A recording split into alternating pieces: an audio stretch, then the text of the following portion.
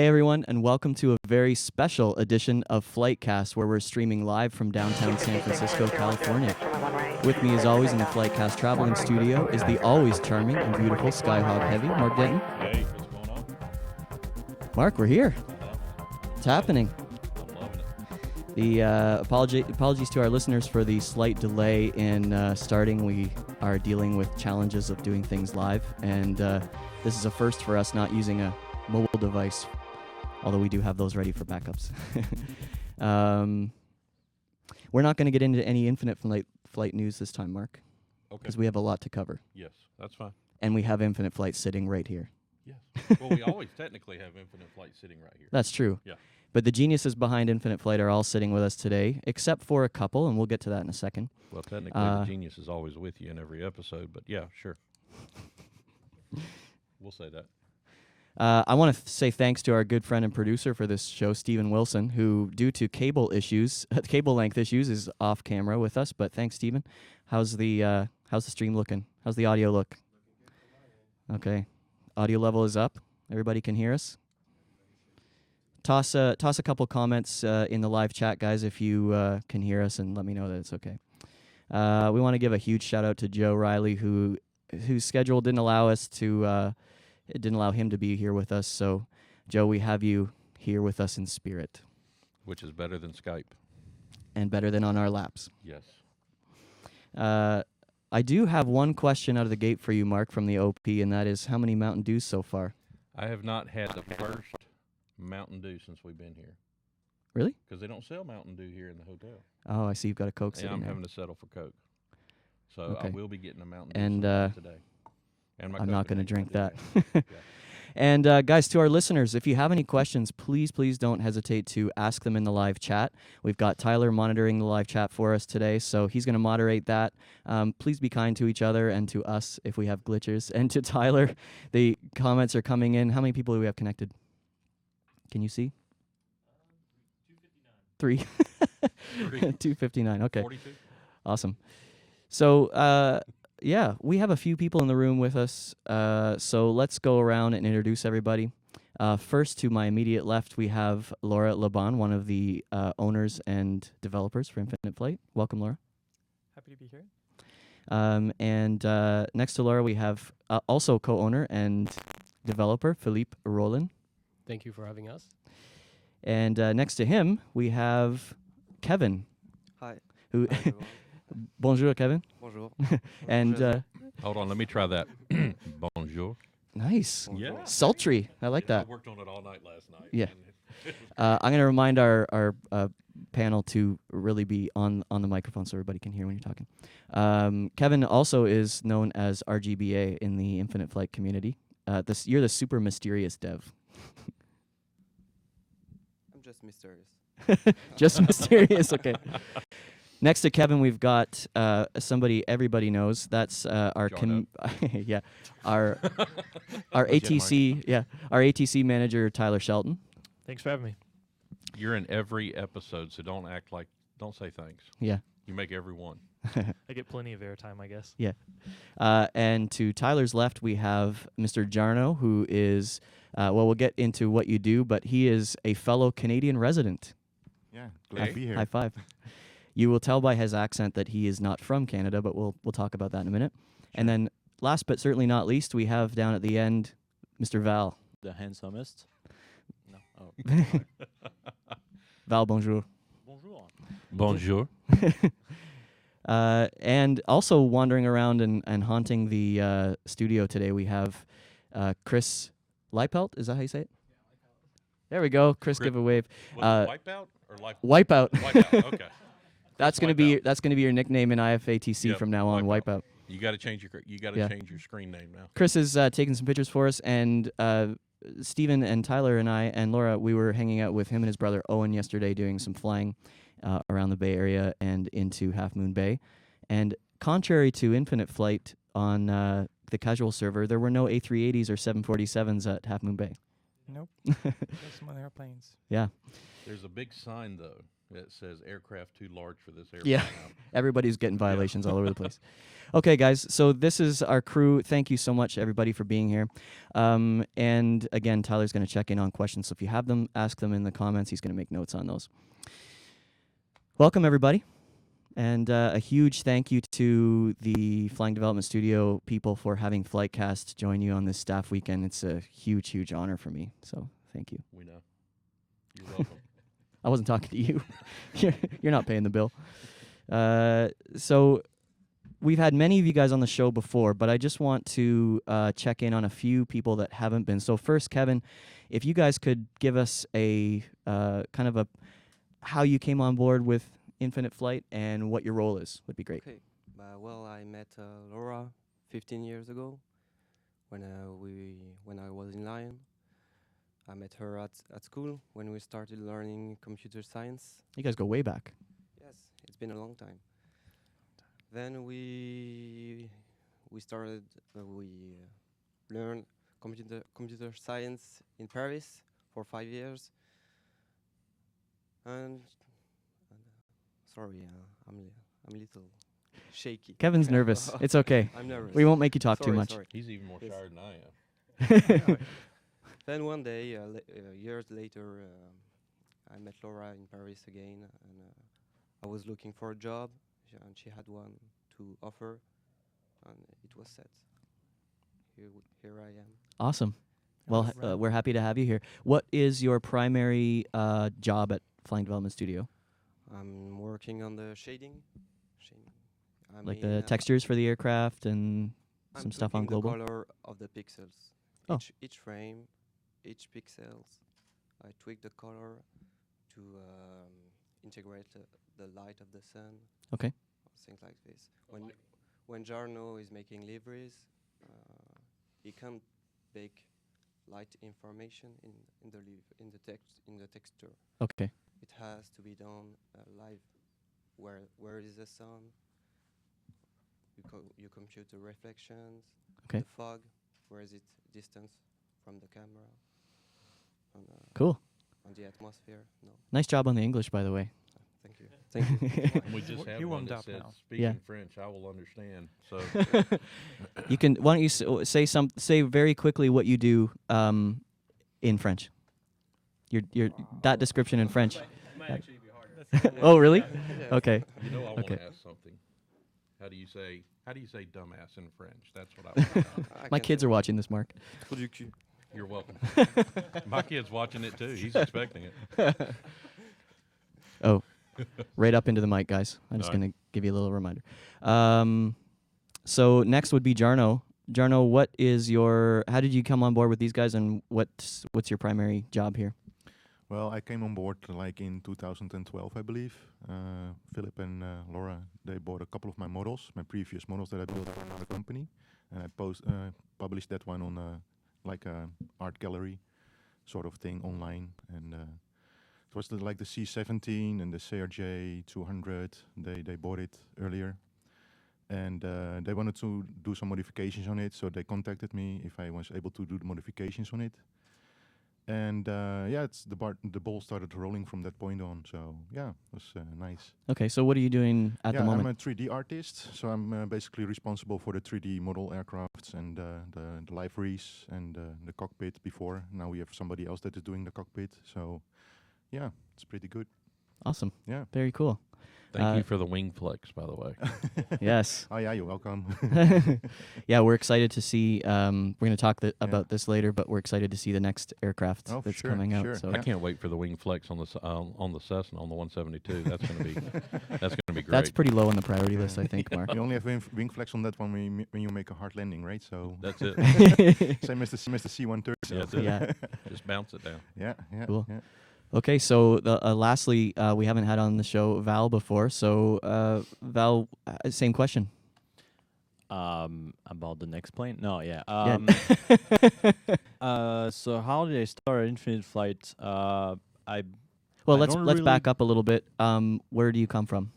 Oh, where do I come from? It's kind of a coincidence. We kind of all come from basically the same area of France. And I just moved here because I mean the Silicon Valley, it's like where all the tech jobs are. So Right. we kind of all go here, and I don't really exactly remember how I ended up meeting Laura, but we had many things in common, and with we lived in the same town. Actually, we were going to those tech meetups in San Francisco, and she would drive me back home because she had a nice car, and and yeah, I guess we were friends for a little while, and then one day I just I wanted to switch job, and I've been always Infinite Flight fan, so she offered me a job. Oh yeah, and also did the Flight Tracker app. True, I did also the Flight Tracker app, and yeah, I guess yeah, Laura one day offered me a job, and I guess I had to say yes, and so now I've been working with FDS for almost exactly a year, actually. Yeah, and what do I Awesome. do? So I actually do about the same stuff than Philip and Laura. I touch a little bit of everything in the code. I did a little bit of the UI recently for Android, fixing some stuff with when you resize, like a little bar at the bottom goes away. So I made it so it works full screen on Android. And lately with Global, I've been working on all the airports, making sure we're able to show all the airports in the app, even though there's, I don't know, 40,000 airports. I don't know, so many airports. It's crazy. Yeah. So, yeah. And Val's also going to beatbox for us later. Oh, yeah, beatboxing, Yeah. of course. Yes. Yeah. You had something to say. I was gonna add, like, we actually originally met because you had sent me email like a long time ago because you wanted to join the company because you were working with my brother-in-law Yeah. in Palo Alto, so it goes back a long Oh, time. wow. Okay. Yeah, I and was he was like, "Can intern. I was do it?" intern at a company, and your brother-in-law was actually a coworker there. But I didn't even know that your brother-in-law was your brother-in-law. So, yeah, it's weird. We had a bunch of different connections, like just so didn't know. different connections. I mean, I guess we were meant to, work together and meet. Yeah. Cool. Steven, you said you're not getting me. Check, check. Okay. All right. So basically, your highlight with FDS was meeting me. I don't Oh. think I ever talked about you, but sure, yeah. Yeah. Now I'm, yeah. They try to hide you as long as they can, Mark. I know. Doesn't work though. Cool, let's move along. I want to get sort of a state of the union from Philippe. And so, we'll get to everyone, of course, wants to hear about this thing called Global Flight that I think is coming out in the simulator pretty soon. No, we're canceling it. You're canceling? Yeah, Okay. it's over. So everyone, you heard that here. Forget about Global Flight's not happening. Can you just give us a quick state of the union? And we know Global's a huge deal, but we don't want to take away from the fact that this crew's sort of, they've been working hard on a lot of things. Yep. And we know that Jarno's working on aircraft and stuff. So what's the view from 30,000 feet with Infinite Flight right now? Well, I mean, I can give you a kind of a summary of what we did during the 2016, because the team was split in two.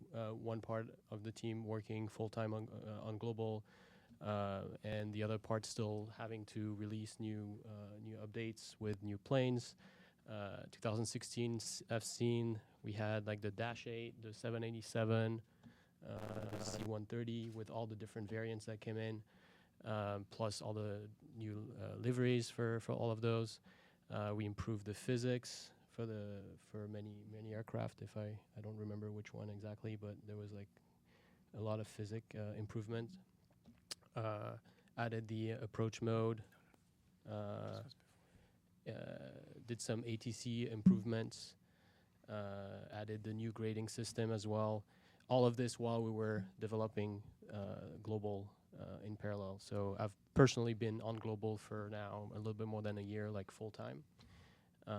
While everybody, a lot of other people, we're still releasing new updates and making sure that Yep. you know we're still out there and making sure to release things that people ask for. Just trying to constantly add new content. Yeah, You know, to exactly. Keep to things the- interesting while you're working on And Global, I getting guess. Yeah, depressed because- for us when we have to switch back to the old Yeah. version. What's the last thing you blew the whistle on with Laura? For what? What's Which the last time? thing she started working on that she wasn't supposed to be? What's the last The thing? weather thing, the winds are off, Weather thing. No, but you know, it's. the live mode. I- No, I- the, I tend to nav always mode. have the whistle like a little bit too close, but then then she showed me and it's pretty cool. And Yeah. I'm like, He's all just- right, fine. He's constantly blowing the whistle, just in case. Yeah. It's hilarious. No, but yeah, that's pretty much what we did. The other big things that we focused on is the community, and we continue to focus on is the community. Obviously, with Mark and Tyler and David as well. We really expanded this year. We have, I have some numbers here because I never remember them, but we have we just passed 20,000 community members. We have about 50,000 posts every month. A total of about 1 million posts. So we just actually had to increase the capacity for the forum because there's so much going on there, and we're doing our best to grow it organically. So anybody can come in and contribute. Yeah. We're trying not to be too strict. But yeah, I guess we can talk about this later. But this is the community was a big point this year, and this is something that we'll continue to focus on. Cool. With Infinite Flight. Even on the Awesome. Instagram, already Yeah, and the we're Instagram. almost Yeah, at 15,000 followers. Yeah. In yeah. 9 This year we months. added the Instagram, Yeah. the official Instagram Yeah. post account, and Which Yeah. is at Infinite Flight. Right? Yeah. If anyone wants to we follow. managed to And to and get and that. feel free to drop accounts or websites or whatever. The community forum is community.infinite-flight.com. Yes. Yes. And so if someone is on YouTube and not acquainted with the community forum somehow, that we encourage you to go and check that out. That's also, and I was going to ask David this. David Israel is supposed to be here, couldn't make it. He's here this weekend. He's your support, main support person Yes. for customer support, and He's our shield. yes, he tries to protect you all. And what he's like the firewall. And you've switched to. I was going to ask him this. You switched to sort of a more forum centric support model, right? Yes. And so how's that impacted things? Well, do you it's think? not. We still have all the emails that are sent. Still go to an older system for the people that remember the feedback site. So it's the same system. There's a help desk there. We're trying to move slowly everything to the forum. So in the future, when you send an email, it might go in the private things that only the staff can see. This is because it's just for to streamline the process and make sure that everybody, like you don't need 50 different accounts on different websites Right. in order to interact with us. It's like there's one place, and we're trying to make this as simple as possible. Yep. Yeah. You think it's working? Yeah, obviously the forum, and we're one of the largest forum for this forum platform that we're using. So I guess, yeah.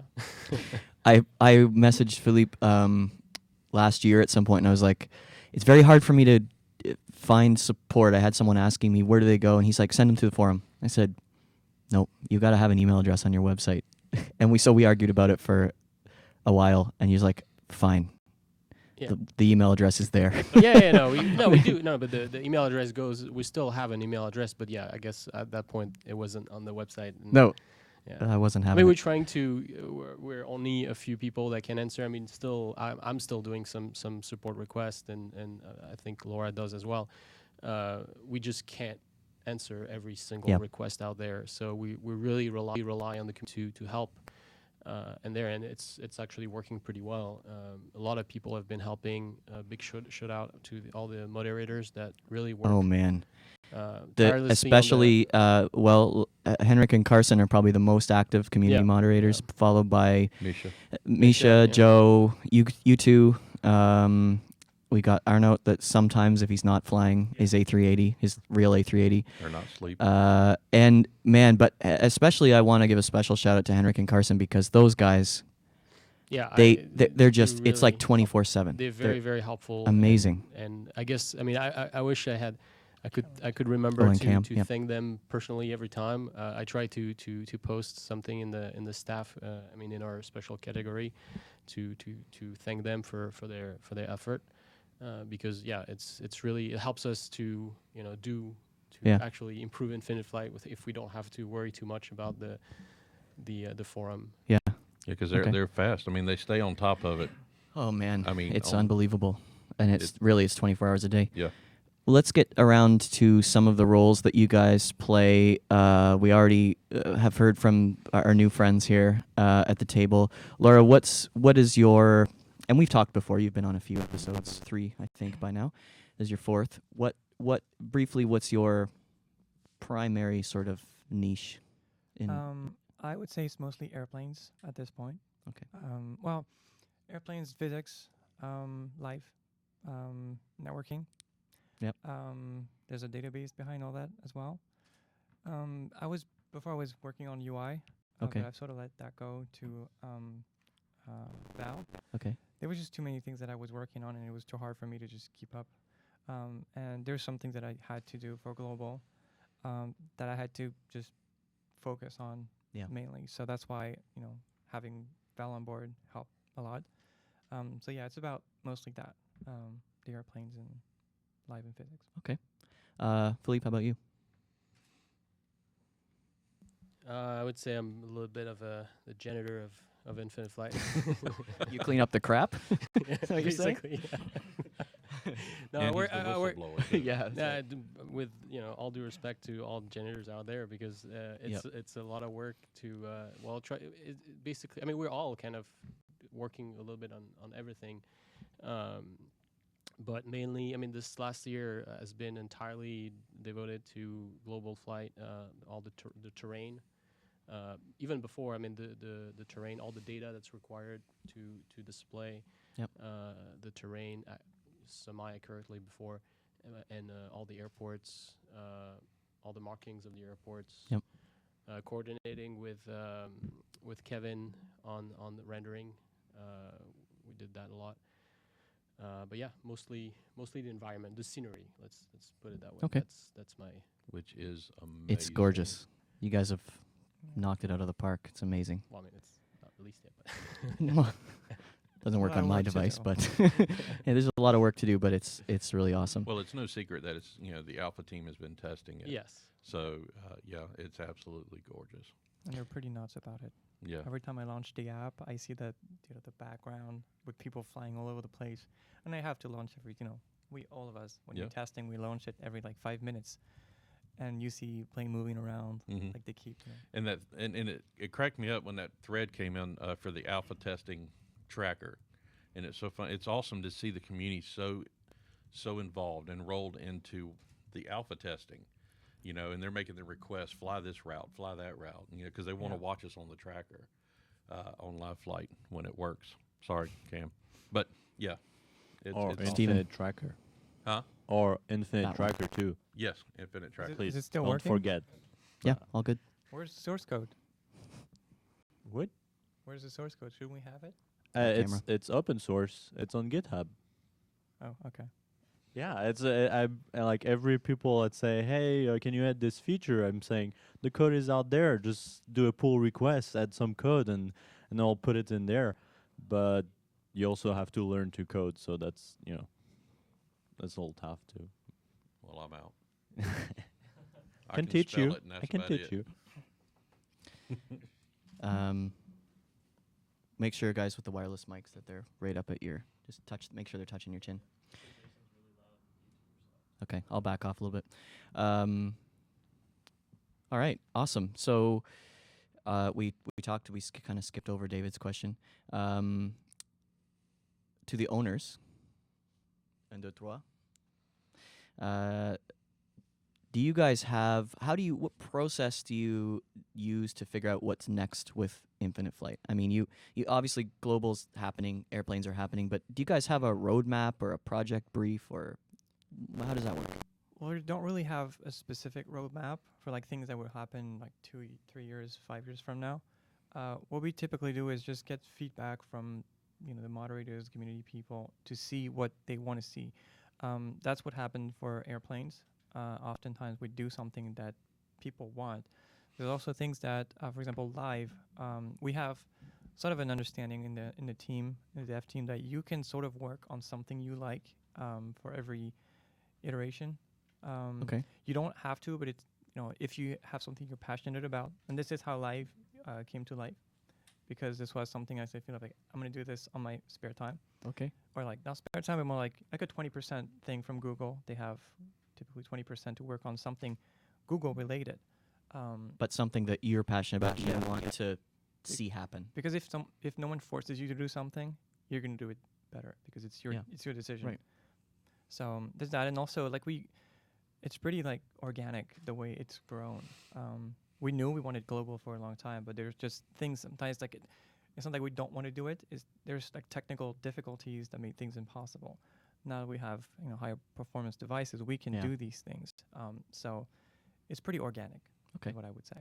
All right. You guys agree with that? Yeah, nothing to add. Okay, cool. How do you assess what the market is saying? What do you is the forum really your best resource for what people want to see in a flight simulator? Yeah, there's I would say it's 50% forum, like 30% the people that we know are pilots. I guess they have a little bit more say on what's gonna come next. Because we're flight sim, so we want to please the people who are actual pilot. You want to make it it's not a better flight simulator. Yeah, exactly. We want to make it a better flight simulator, and there's a little bit of preference also, like in the team. When we decide on the plane, we're gonna have a little bit of impact on that. Okay.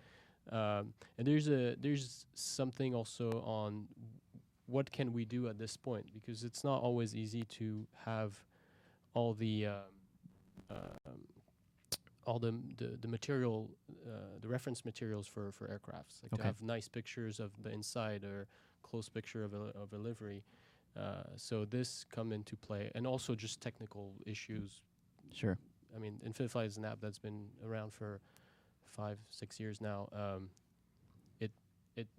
There's a lot of technical debt and that we have to deal with all the time. What's that mean? That means like things that we did back in 2000. Oh, like gear tilt. 2000. Yeah, no, but decision we made at the time because we were working on devices that had 256 MB of RAM. Yeah, right. And Yes. So now you're working with terrain, for example, gigs of RAM. The right? terrain and regions. That was the reason, is because we couldn't, or the way we did it at the beginning was we did it limited because we had those, and also at the time we were not as smart as we are right now. Not saying that we're very smart, but you're brilliant. We learn a lot in the process, and we made a lot of mistakes. We get less stupid every year. Yeah, exactly. I guess. We learned a bunch of stuff, and now we realize, that's how we should do this. Yes. And there's also like one thing in the way we do, like back in the days, like when we started, there was a lot of like the momentum was we wanted to try to like gain market as much as possible, as quickly as possible. So there was often something that I would do is I would come to Philippe and he's stuck on something or I'm stuck on something, and then this is where I come in as like the sketchy, more a sketchier design person. I would be like, what's the hack to make it work until it gets better? So what is the step that we can walk on? Right. Just design it so it's easy to replace it when time comes. So that has helped, but it becomes sometimes hard to replace the steps. But we get there. We've gotten to know each other a little bit over the last couple of years. I've grown to learn that, and going flying with you, I said to Laura, so what's the plan today for flying? I'm a planner. This doesn't happen without a plan. And she said, there's no plan. we're just going flying. Don't say this. I'm being in trouble. No, but you I had the thing printed out a sheet and everything with weather for every airport. Yes. So there Notice. was a plan to some degree. You know this area very well. You know how procedures work. You know where you're going already and things like that. But the point is, you sort of seem to thrive in the spontaneous. So is that where that sort of 20% or 30% of do whatever you want comes in? Does the plan make you anxious? I think it's because the plans never actually work. I remember when we started our computer science with Kevin back in like 2001 or something like that. Our teachers they were always like, "Oh, you got to do this diagram before you start coding." A Venn diagram and you or were something. forced to actually spend like an hour, like BSing about something, a design that you can't even test. And most of us were just like waiting it out because we were like, I'll start coding and I'll just move things around. I'll be done the project by the This is how time it they're all works in done my their plan. head. It's probably not the good way to do it, like if you work in enterprise, but most of the time it doesn't work. It's like when you go somewhere with an airplane, the plan's going to fail. You're not going to go where you want to go. It's not going to be at the same time. Like every time there's something that happens. So planning ahead, like if you always work and always are in this set of mind that things might happen, you're always ready for things. Okay. I think we more have a general direction. We tried sometimes to just say, okay, this is where we want to go, grossly. Yep. But yeah, we don't really plan things. I mean, we're engineers. We just want to get to try our ideas. Also, like I said, we didn't really know what we were doing. Like we had no mobile experience. We were just developers working for a software company, hardware company, and so we learned a lot of things as we were doing it. Yeah, with the suits, with lots of suits around us. Yeah. Well, There's and no and suits in it, you know but you say yes. the plan doesn't work. It's the same as meetings, right? Stop having company meetings. A lot of like Jason Fried from 37 Signals Base Camp. He has a book called Rework, and he's like stop having meetings. They're a waste of time. And they give their employees tons of time off, and it's just happy employees, creative employees. I asked you guys at dinner last night, when's the staff meeting happening for this weekend? And you're like, there's no staff meeting. We're just having fun. Yeah. Boost company morale, have an awesome time together. And so whatever you're doing, it's working. You admit freely that you'd had no idea what you were doing when you started, and here you have the best mobile flight simulator, arguably, that exists. So you're doing something right. We like to think that. Yeah, absolutely. But we have had meetings this weekend, just in conversation. Yeah, it's So- again. The Oh, main word sure. is that Yeah. it Yeah. happened organically. We Right. don't want to force. Yes. If you force two people to have a meeting, it's never gonna go. I mean, every time we try to have like a meeting where let's sit down and do this, it always We do goes that into instead. tangents and Yeah. we don't really talk about what we were supposed to. So Right. it will. If something really need to happen, it will happen. Cool. Jarno, let's move down to you. A fellow Canadian resident. So a wonderful country, isn't it? It is a wonderful country. Yes, thank you for saying so. I haven't managed to be able to get the green light on interviewing you until now. I asked before, and they said nope, hold off on Jarno. I think at the time it's because the community is a vibrant community of users, and they said we want to keep him sort of protected from. Mayhem. Yeah, Millions it's of just friends from the crowd. requests. excitement. So Laura takes the brunt of that, and Mark and Tyler and the moderators. But you've been hard at work on some new airplanes. Yeah, So yeah, how? Tell us about that. How's development of the MD-11 DC-10 going? Well, it's still in progress. I would say probably done about 65-70%. Yeah, so yeah, it's still a lot of work to do, but yeah. So it's a lot of texture of liveries that we want to bring out and everything. So yeah, it's coming along. So yeah. Okay, cool. And It's Laura, looking amazing too. yeah. Yeah. Well, I say yeah. I don't know. I'm not on that you Slack haven't seen team. it yet, but Have you seen pictures? Someone been leaking No something? comment. Nope. Yeah, Nope. no comment. Nope. All right.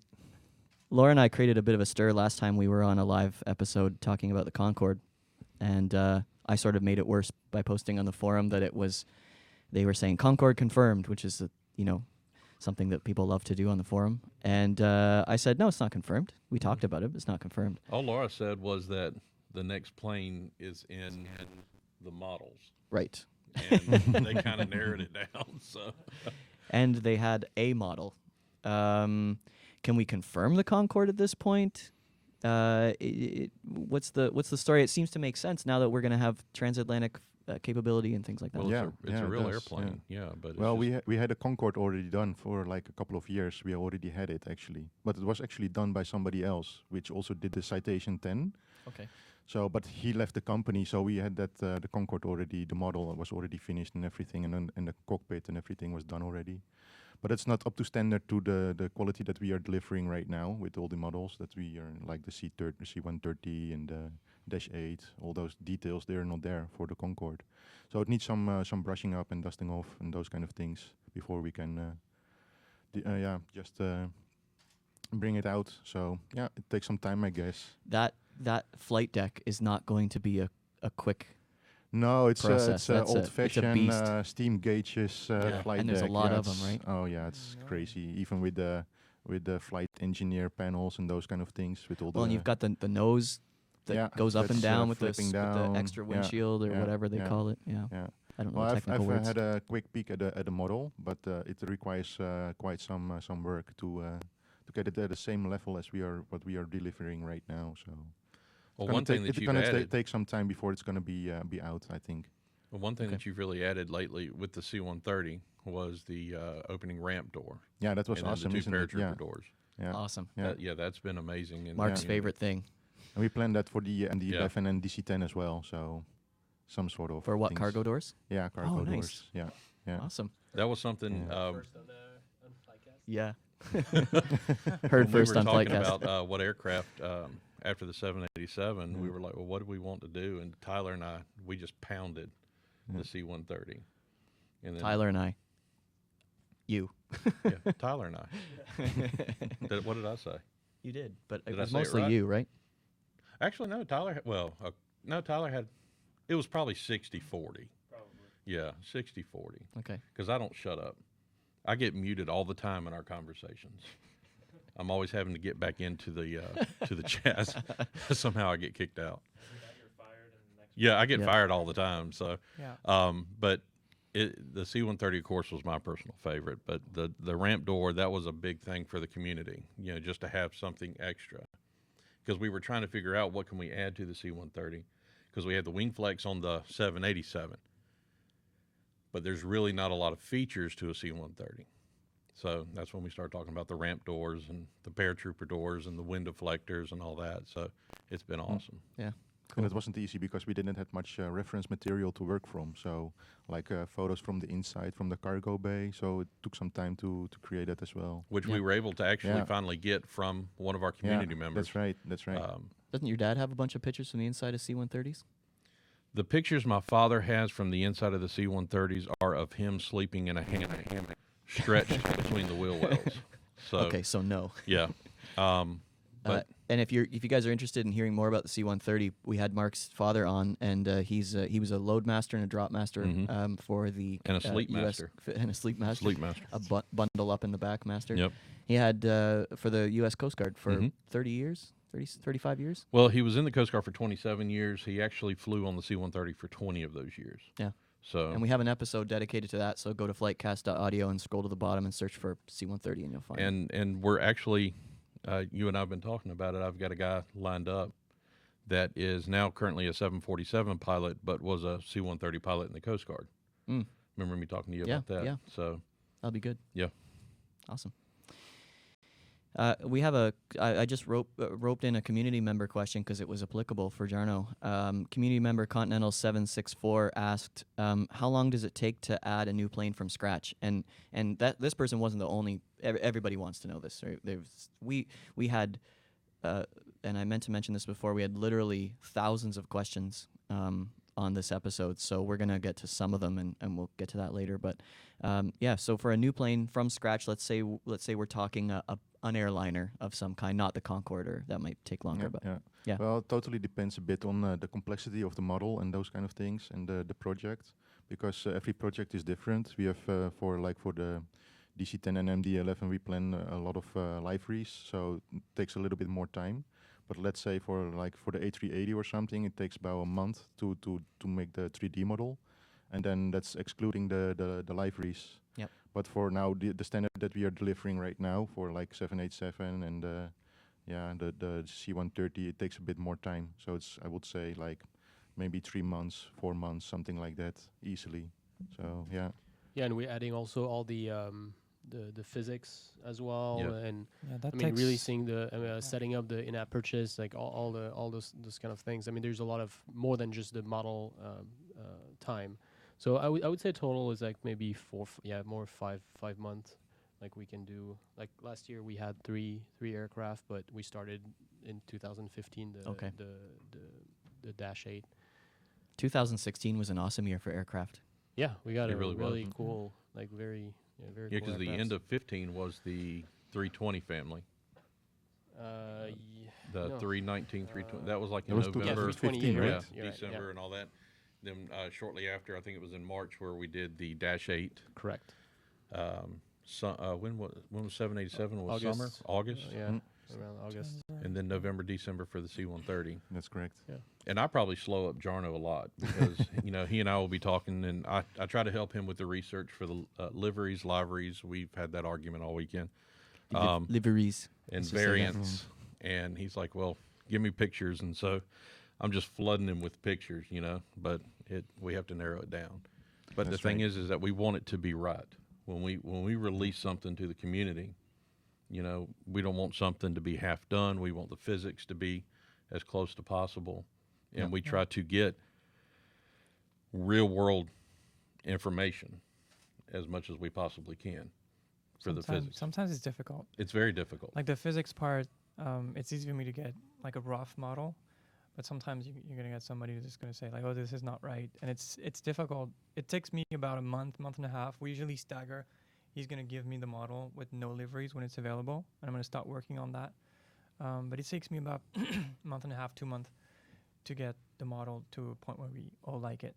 Yeah, and then there's some tweaking, and you get pilots, real-world pilots, to fly, preferably people that fly those aircraft, right? Yeah. But with the A320 series, you had Jared and, mostly Jared for that one, I Yeah, guess. And I I don't know, think so. I guess to some degree, because he Yeah. flies Airbus. And we get Much some bigger Airbus. data from people in the community for now. We need fuel additionally, like to Right. on top of everything. Yeah. Ooh, let's get to Um, that in a minute. So there's Yeah. takes some time after the model's done. Tyler, why don't we check in on you? How are the questions going? We've got a few pretty good questions, and speaking of the aircraft models, Crush HD is asking Laura if there's going to be any new sounds, and maybe I know you've already talked about some of the engine shutdown and startup. Yeah, for the engine shutdown and startup for now, it's going to be pretty simple. But we're looking into making improvements to the sound system. So not in the immediate future, but there's going to be better sounds in the future. Okay. And there's another question. Aaron is asking if there's going to be any different elevation changes for the runways, such as like runway slopes. Is that something that? At this point, we won't have. It will be the same as before. I mean, all the airports will have the same layouts, and it will be flat. Mm-hmm. But this is definitely something that we thought about while doing all the change that were required for Global for the terrain. So this is something we have in mind, and we will get there. There's some technical difficulties that make this a little bit harder to do at this point. And I mean, also it takes just time. Absolutely, yeah. Everything takes time. The last question that I saw is iOS Gaming is asking about different devices. Can we expect like overheating issues and stuff for these long flights, or have you experienced anything in the testing process? The only thing, the problem with long flights is there's no device out there that can play any game more than probably 2, 3 3, hours. 4 hours at the Yeah, most. 3, 4 hours. We do have a system that Laura put in place to reduce the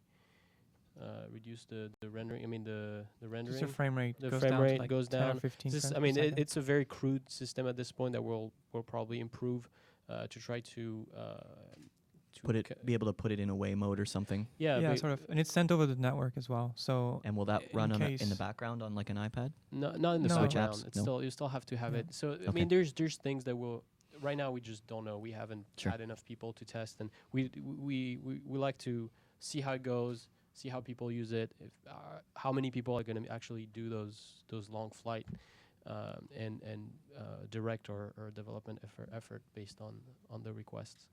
But on like a modern iPhone or any modern device that has a like 2 amp or more charger, usually it's fine. The only one that I had issues with is the Nexus 9. I could fly an overnight flight, but I was constantly dropping charge. But it definitely helps to have the frame rate lowering system. Otherwise, it gets really hot and it gets just mildly warm if it's on. You don't want to set anybody on fire. No. And it's part of the optimization process. I mean, right now we're still in alpha, so there's still a bunch of bugs, and there's a lot of optimization to be done. There's many devices that are not up to standard at this point in terms of performance. So we'll definitely work on that with testing. Yeah, absolutely. And don't want there's to burn just anybody. got one last question. Mason asked, and many others, about the LNAV, if it's going to automatically follow your flight plan. And I mean, I guess I can answer this one. Is it's just going to follow your flight plan, whatever you set. Whenever you take off and you activate LNAV, it's going to fly to that flight plan line that you have, and it intercepts it. And it flies it really well. Laura did a great job making that work. So it's kind of nice. I think Mark actually built the flight plan for our Atlanta to San Francisco flight. Yeah, the He other day. was able to spend 6 hours putting in every single waypoint, It took but forever. it's going to make the turns for you and stuff like that. Yeah, There- and there's, that LNAV feature is so nice because I'm able to. Sorry, Jason. I'm able to actually during that flight, for example, it was around a 5-hour flight, and of course I had 2 pages worth of waypoints in there and nav aids, but I was able to go and do other things, and come back periodically to check it, and it's still flying perfectly along that route. Yeah, absolutely. I did a 13-hour flight. Yeah. While I was sleeping the other day, and What is this feature worked that for allows for the curvature of the Earth? There's a name for that, isn't there? Like a great circle. It's. I mean, the global is we actually have a planet. Like the terrain is a planet. It's a sphere. Sphere. Yeah. And so yeah, we handle like great circle distance, and I mean it's a lot of just math, I guess. Yeah. That's you the can't feature. because you can't just fly in a straight line. Yeah, and, no, and expect to get to that. No, point, that's why right? the nav mode, the LNAV mode actually follows those paths. Even if you do a straight line, it's not gonna follow like along the like the. It's going to make relative adjustments equator. by itself. Yeah, and it's also there might be a limitation on the crosswind, because I have a generic setting for all airplanes right now. I haven't tweaked the autopilot system for each airplane. Oh, like winds aloft, crosswind. Yeah, Factors. because we have winds aloft for the entire planet, and sometimes it could be like upwards of like 250 knots if you're really high on a like very big, current. And if it's really across your path, the plane might actually go to the side a little bit. Okay. So that needs some tweaking. Okay. But it's generally good if you have, I think, 150 knots. It's still okay. Might be like a. Yeah, I flew the 787 the other day and with 120 knot headwind, well, quartering headwind really, but it stayed right on. Okay. And when I went out to the drone cam mode, you could see, when the plane's flying away, you could see that crab angle. So, but it stayed right along that path. Cool. So. Well, we've transitioned into global organically here, as is your preference, of course. So let's just keep talking about this. It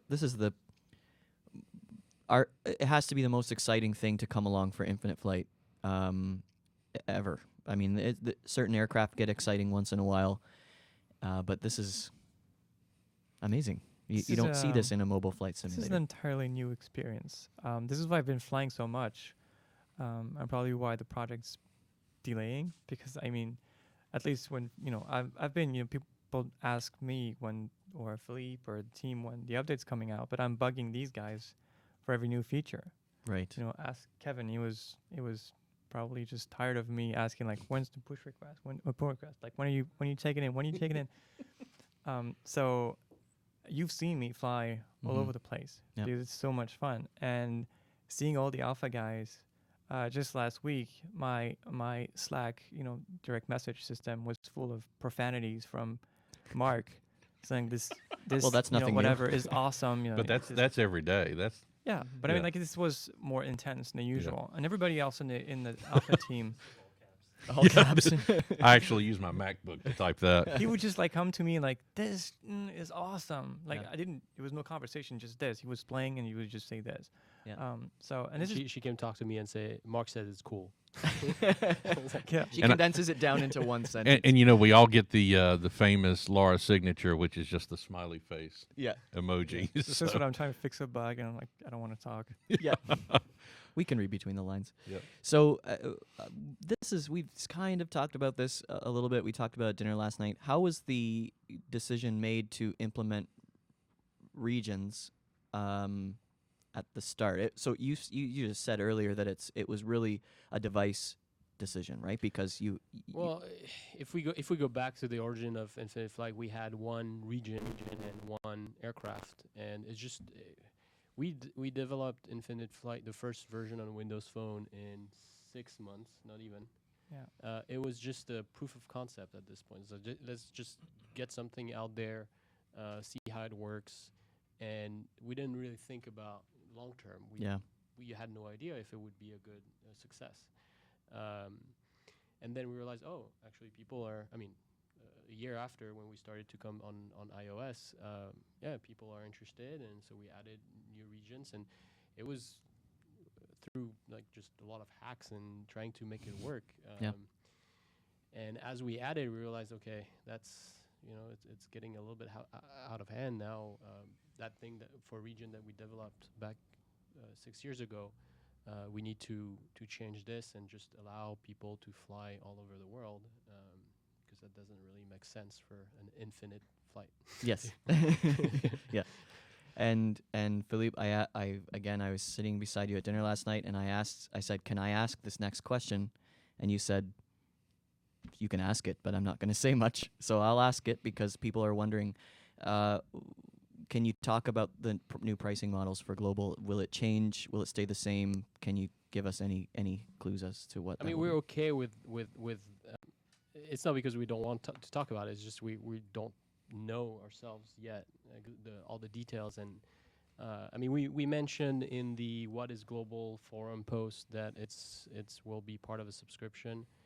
The reason why, I mean, it's obviously going to be something that you pay for because we're streaming everything. So we have servers that as you fly. Send you all the terrain and the imagery, the satellite imagery, to your device the same way Google Earth does when you do you look for a road or Google Map does for road and traffic. So we don't exactly know how we're gonna do this, but it will be some sort of monthly subscription that you get, and you play as much as you want. And if you no bandwidth caps. If you don't agree with paying, you don't have to pay, and there will be if you don't like what we offer, like don't pay for it. Yeah, like anything in life. Like anything. I mean, we're not trying to pretend that Infinite Flight doesn't have is perfect, the perfect flight simulator. We're doing our best, and we think we're doing things. We're doing our best at making a good flight simulator. If you don't enjoy paying for it, don't. That's all. And there's one thing that I think it's good to emphasize is that it's what we're bringing with Global is not only for us, it could also be Infinite Flight 2.0. We just decided not to make a separate app in the stores because it's not commercially a good idea to kind of split your audience into two products. Right. And it comes with challenges because we have to support like past customers and Mhm. you have to support the transition to the new app. And we're pretty sure that everybody's going to be psyched the first time they try it. Just as much as we've been. I mean, the first time that I was playing when Kevin sent me the new update for the terrain and the atmosphere, I couldn't stop playing. Yeah. And there's actually some pictures that, sometimes Mark or any of the alpha testers send us. We're like, is this a real picture or not? Oh, absolutely. It's amazing. So, yeah, Kevin's done an amazing work to just like, if you just have a regular fog on Philippe's terrain, it looks okay, but it's not that great. But when you have Kevin's fog on it, it just brings it to life. It's amazing. And just the ozone between the aircraft and your vantage point sometimes if you're on a camera that's on the ground and you're looking up. Yeah. Mark showed us a real world aircraft Yeah, picture that one. And you thought yesterday. it was infinite I flight. thought it and was you can't tell. Yeah, Right? So that right there is super exciting because that's what you hope for in a flight simulator is the most realism possible. and Right? it's on a mobile device. That's the craziest That's part. what's crazy. And there's about live ATC. Yeah, and then Hello. Well, and I'll go back to that flight the other day from Atlanta to San Francisco because I was able to experience a lot of the things that we're all testing right now. But the LNAV was awesome. But I posted a picture. I forget where I was. I think I was just west of Nevada or something like that. And then I posted a picture, and it was either you or Philippe that said, "Yeah, it's not looking like that in San Francisco right now. It's when y'all had that big storm coming Yeah. through." And so as I started my descent, then the visibility started to get down, and it was pretty cool to see the transition from the clear skies down into the soup. And at 5,000 feet, I was completely in the soup, but and by the soup I mean in the clouds and all that. Yes, I realized that. Why'd you But look at I'm me? saying that for Say fog. Fog. the fog. Yes, the fog. Sorry. Yeah, there's no clouds, just the fog. But at 5,000 feet, when I was transitioning over Oakland, it just looked so much more real now. And then- I think there's another thing is this impression that you have when you're taking off or landing at a place that has very low visibility. There's two aspects. One, you start from this airport, you climb, and you get into the clear weather. Yes, This transition is beautiful, and then it is. the other way around is also very cool because you're on the ILS, you're established, the runway's there, you can't see anything, it's in this valley somewhere, and you go inside this fog layer and you see the runway. It's Mhm. it's an entirely different experience than before. And my favorite part, it's a very small part, but and I was talking to Kevin about this yesterday, is the change in the horizon. How Oh yeah. before, and I was talking to you about that as well, Philippe, but you just had that solid line from the sky to the ground or whatever, to the water, and that used to drive me nuts. And so whenever I would try to do a screenshot, I was either trying to be below it so I could kind of block that out or above it. But now the transition, when I did that sunset flight from the Caribbean to Florida, which I actually had to divert because I filed my flight plan after and didn't have enough fuel. So I had to shut down 2 engines to make it. Talk about not planning ahead. Yeah. Exactly. But it was the horizon in that sunset from the cockpit view was just awe-inspiring, and I mean I'm still blown away at what I'm seeing. Do you need a tissue? Thank you, man. I appreciate it. Tyler, let's flip over to any more global questions that we can answer. LaRose is actually asking if Las Vegas? Las Vegas, Las Yeah. Vegas. a guy with like 20 million XP. What up, He's, LaRose? He's asking what our plan is for servers. Do we think that we want to keep it the same as expert training server, or we just kind of want to start and let it see where the community takes us? I think we're probably going to still keep things the same way because we've been wrong many times about live and about what people were going to do. Like the violation example? system. Like when we initially shipped, like even for ATC, for example, we didn't have the playground server. This was a feature that I coded as a test for all of us in beta, and the training server it's called now. When we shipped, I got emails and messages from everybody like, nobody's controlling. I'm like, why? There's too many people. So I showed up, and it was horrible. There was way too many people because everybody was going to the advanced server, I think it was called at the time. Yeah, and it was just that's true, impossible to control. So I crossed my fingers, like, I hope this, playground thing is going to work, because I have no idea if it. We tested it maybe a couple times, and nobody was flying anymore. I think that was the reason why we stopped doing it, because nobody was flying in the beta. Everybody was controlling. It's like, can some planes come in my way? It's like, no, everybody's controlling. Yeah. So we stopped that, and it actually worked. And I haven't made any changes to it, so it was pretty lucky that it actually worked. And speaking of servers, if the Infinite Flight servers go down right now, too bad. Yeah. We have everybody sitting right. I'll just turn my laptop, and you can log into your whatever it is. Yeah. Cool. Any other ones, Tyler? That you're worth noting before we move on? I pretty much hit on everything that I've seen. Awesome. Tyler, this next one's for you, actually. Marcelo M, or Marcello, I don't know how you say it. He's IFATC, one of our controllers. He had a great question. He said, I'm a bit worried about the IFATC. Do you have a plan of how it will be in a global scenario? How do you plan to offer a service, or what do you plan to do in order to offer service? So he also went on to add, thank you so much for everything to everyone, and compliments for the beautiful work, which I echo. So really what he's saying is, we're going to have the whole Earth, and we have a finite number of controllers, and sometimes as it is, you log in at certain times of day, and there's nobody controlling. So how's this going to work? Right, so exactly. So like you said, we have very limited controllers and a lot of ground to cover. So there's 3 different ways that I've kind of thought up to approach this. Is either A, we could advertise routes. So Mark and I talked about, opening up a specific airport for departures for, a 4 or 5 hour block.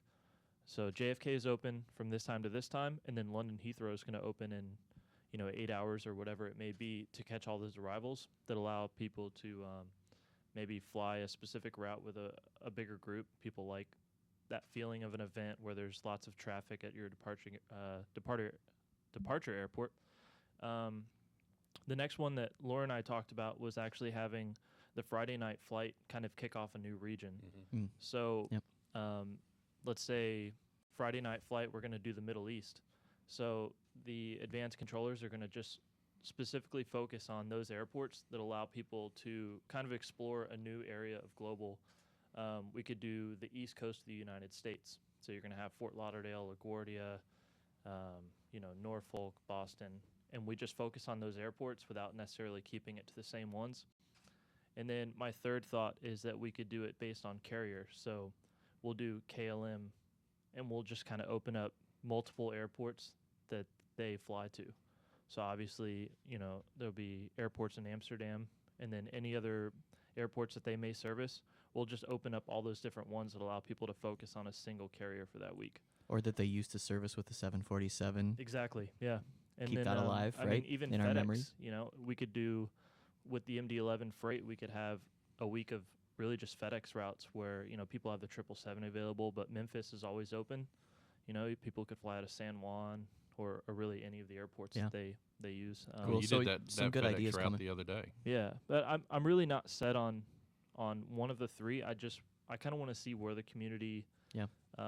Again, it will what they happen want out of organically, it. right? Exactly. Yeah. I kind of came into this job with always needing a plan, but I've kind of learned the best way is just to be ready with a few and then see what the community takes off with. Yeah. Because if I try to force one way, but really people are leaning towards wanting regions and wanting more traffic around them, it's not going to work. And I don't necessarily plan on lowering the bar for controllers. I think everybody appreciates the quality that we have right now. Val, what do you think? What's the biggest challenge from your seat with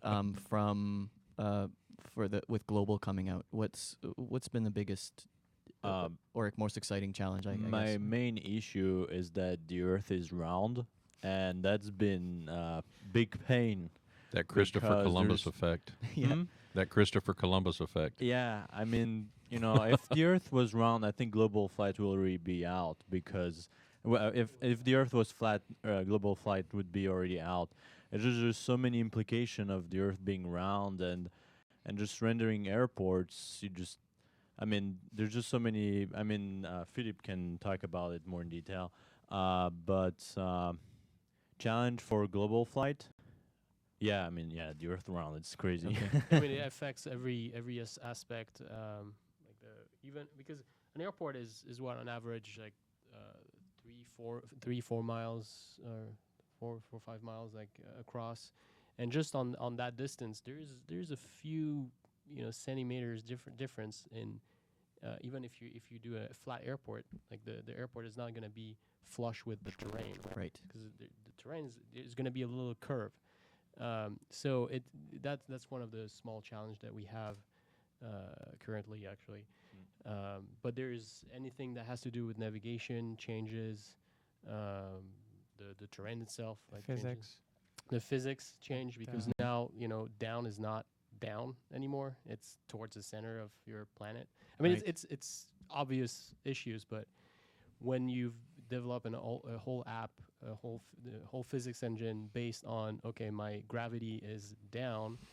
Well, now you gotta update your gravity as you go across because otherwise you're gonna fly, out in space. And I love that's these answers because these are things that I didn't even think of as you guys are. There's so much that goes in behind the scenes that the questions are constantly, when is global coming out? How much is it going to cost? Make it free. Do the Concorde. Yeah, I mean, we understand. I mean, and this that's- is the yeah, sure, problem we're 3D trying to buildings. that's that's our job, right? Yeah, no, you want to make the people happy, but I love hearing this sort of, well, we have to account the airport's 4 miles across, and there's going to be a few centimeters of altitude or Altitude curvature change, right? And this, Um, it's something that often I have discussion with Val or Kevin with the atmosphere, even Philippe. When we talk about these things, or even when I was working on the physics engine, because the physics engine is simulated in different world space than the actual planet, so we have to like move it around and reset it every once in a while and update gravity and all that. And when you think about you go through the entire day, or you talk to Kevin who's just pulling his hair because like it's difficult to make something like that work on a small phone. Yeah. And you got this guy coming in like, is it gonna be free? Like, no. Like what Kevin's we doing all right have now, expenses, and he needs experience, a lot of experience to do it. And we're also using it's our own thing, like the engine.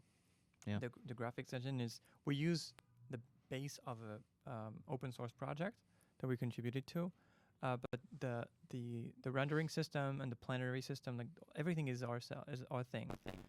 So it comes with a set of challenges that we have to solve, and not other people who possibly are expert in that field. We also have like Kevin's now an expert in like refraction of light and whatever. right, light scattering. Yeah. Well, and you pay these guys a salary, right? So they won't work for free. Yeah, Laura and asked you us- even pay Mark, for Yeah. goodness sakes. Am I? Laura asked us a while back. She just got tired of hearing, "Is it free?" And so she asked us. She said, "Well, you guys work for free," and we're like, "No." And so that's what her reply So was. wait a sec. That's I what I am. typically ask people. I'm like, okay, we have a standing job offer for anybody who has an engineering degree who wants to work on free stuff in the app. Everybody's gonna love them, but they have to do all this, and we're not gonna pay them. Yep. But everybody's gonna love them. Nobody wants that job for some reason. It's kind of like paying property taxes, right? You Yeah. get it. You want services. In Canada, we need snow removal. I don't get snow removal unless I pay property taxes. Yeah. You want your garbage taken away, you pay property taxes. It's the same. You want something in life, you got to pay for it. But there's still a lot of challenges ahead for the global. I mean, like the airport that I showed you the other day, and I think you said it was like north of 60 latitude. Oh yes. I mean, I don't know if you want to get into those details. Well, that's but why I kept the yeah, I mean, airport out. well, I but- mean, global.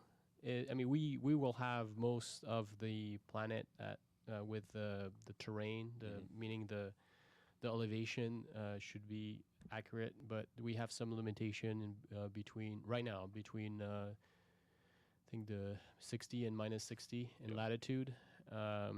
We intend to fix that. I don't know if we'll fix it before the first release, but this is something. This is what we spend a lot of time is working on our data pipeline, because this is where we're dealing with enormous amount of data to process and upload to the server and then deliver to your device. And we made sure that we're making sure that process is really streamlined, so we can update those things. So when there's a new NASA have new data available for a country that's a little bit more precise, then we can add this pretty easily. Same thing for all the airports with the airport team. Like we're making this easier to Val is working on something to make it easier to update those airport on a more consistent basis. Okay. Do you want to go over either one as far as what's going to be the higher rendering right now, the quality in the certain areas, or? Let's hold on that question, and Val, you had something to add onto that. Yeah, I was just saying, there's like 40,000 airports, and before we had small regions, we could just load all of the airports, and it was fine for a phone. But now we have just so many airports, we just need to be able to, as we do with the imagery, load only the airports that we are near. That are near us, and so we have all this pipeline of airports that we have that we're working on, and also it will be easier to integrate new changes from the airport editors that are doing a lot of work to add more airports, add more details to airports, and also giving them feedback when stuff might be broken in the airport. So yeah, we're also working on that. We have a lot of options, but we have to see how much we can do. For the first release. Cool. And while we're answering your question, why don't you make your way over to your live preview seat? We're going to give you guys a live preview of Global on Laura's iPad Pro. Of course, this is a live stream, so we're crossing our fingers. And an alpha. And an alpha release, so really anything can happen. We'll try and leave the lights on, Laura, if you can not tilt it down too much. And if it's not working, we'll turn the lights off. We'll try and keep them on and see what happens.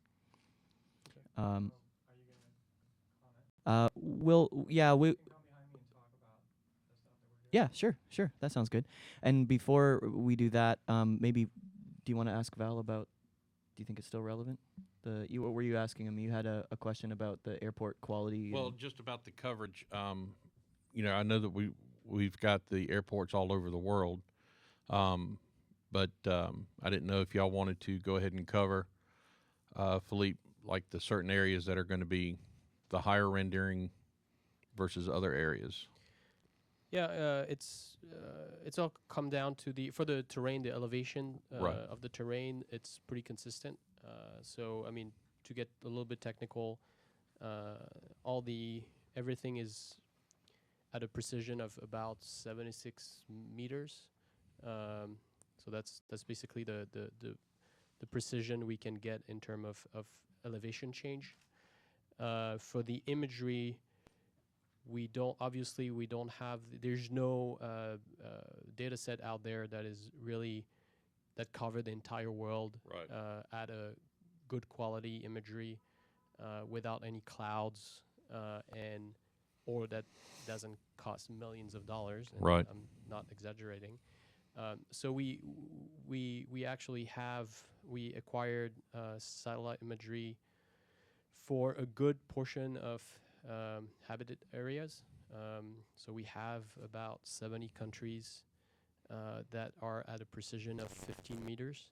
So 15 meters is, from our test, is really good for cruise altitude flight. It's as good as it gets. There's actually many other simulators that use this type of imagery. Actually, modders, people that create add-ons to other flight simulators that use that imagery for limited regions. It's really good at cruise altitude. When you're down to the ground, it's I would say as good as what we used to have. Yeah, go ahead. All right, ladies and gentlemen, live, Global. Yeah, let's. So we're gonna start the engines. So we have a new button here. That's the engine button. Yeah, that's better. And could just press start, and then you will see the engine will start to spool up. I don't have the sound now, but You want to put the sound? yeah, it's not okay. So you can see it's spooling up. I'm going to work with Kevin to have the transition from the actual physical blades to that disc that we have, because we don't have motion blur in the sim at this point. But it's really a different experience to start from parking with your engines off. And just, it gets that in that feeling of doing an actual flight. Everyone's dying to know what airport you're at. Oh, can anyone guess?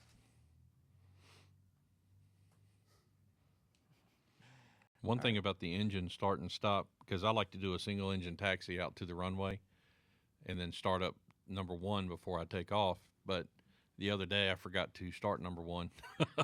And so I go to take off and I'm like, why is it taking so long to get off the ground or get my speed up? And we have new indications for fuel flow, fuel remaining as well. And we'll just go ahead and take off. The pressure. I'll try to. I'm going to turn on the autopilot. You should have flew an Airbus for that takeoff button.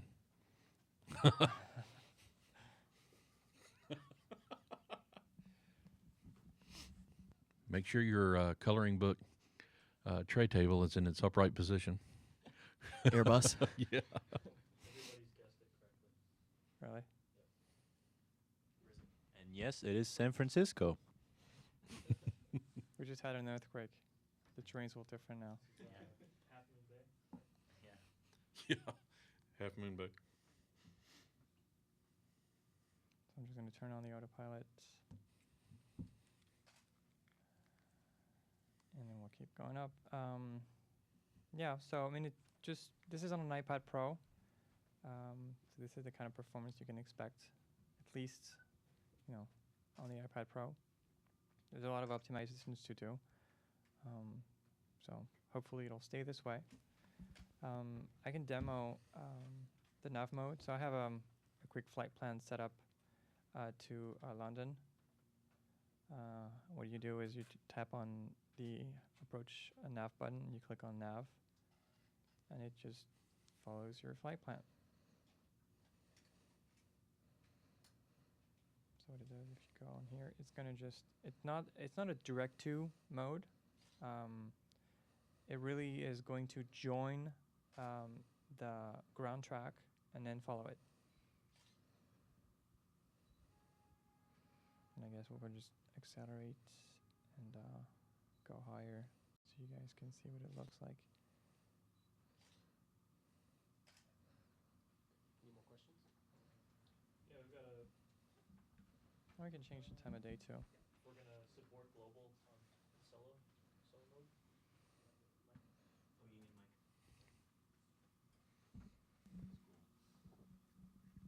All right. So while Laura is taking off, we got a few questions from the community. Brent is asking if we're gonna support global on solo.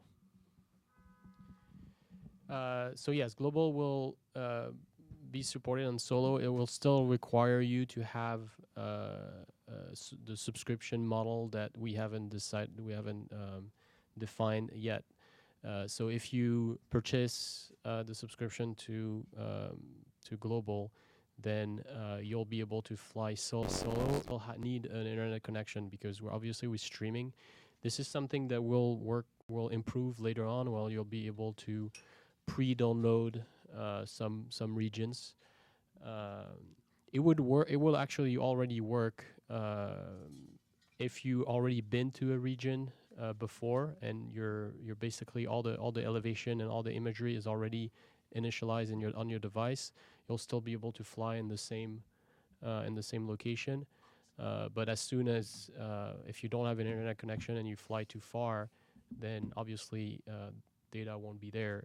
So that's why we need some sort of offline mode, so you can plan in advance and download some regions. The same way actually Google Maps works. You can pre-download some regions where you go on vacation and you're not gonna have a good internet connection. One of the things I thought was funny the other day on my flight from Atlanta to San Francisco, I posted the picture in our group. En route, I'm transitioning over the Denver region, and our controllers just happened to open up Denver. And so here I am flying over at flight level 400, but you still see everybody flying in the box. Oh, in yeah. the region. Yeah. So that was pretty funny. It was pretty cool. So I've got 2 more questions here about fuel. So Stephen Binney's asking what happens when you run out of fuel. Well, we actually really did it. Just like it would in real life, your engines are going to shut down, and hopefully you can find an airport. Probably demo that. We can simulate that, right? Yeah, and the last one, will fuel be free? Yes, we're not that mean. We're Will not fuel going to be charge free? you for That's fuel. actually a good question. However, the neat thing is that you actually need to be on the ramp with your parking brake set to actually add fuel. So only puts a on new live. dynamic in live. In Yeah. solo mode, you'd be able to add fuel, but it's a nice dynamic to actually have to completely build a flight plan, determine how much fuel you need and stuff like that. So you really can't just take off and on the fly, add more fuel if you didn't add enough. Yeah, and you can't set the brakes in flight and try to No, you add have fuel to be that on way. the ground. It doesn't work. You've got to be on the ground. So I there found you myself in see- a few situations without fuel. You just divert somewhere else, grab more fuel, and then continue on with your journey. So So plan ahead, and also be careful on live. There's winds aloft, so Yes. if you think your flight's going to be 12 hours, and during the night when you're sleeping you hit that current you didn't plan about, well then it's going to take 14 or 13 hours. So if you didn't plan correctly, then you're in trouble. yeah, and I've noticed flying across the Atlantic that sometimes you need to climb to some different altitudes or descend and really find where that low headwind or a better tailwind is. So it's a lot more interactive during your flight now. Yeah, and one thing that I'll try to do is, and I'm going through some research on all this now, but is like we do as pilots in real life, we have a reserve. So if we have a route that we want to fly, we have the fuel consumption that we're going to have for that flight, but we always want to have that reserve amount.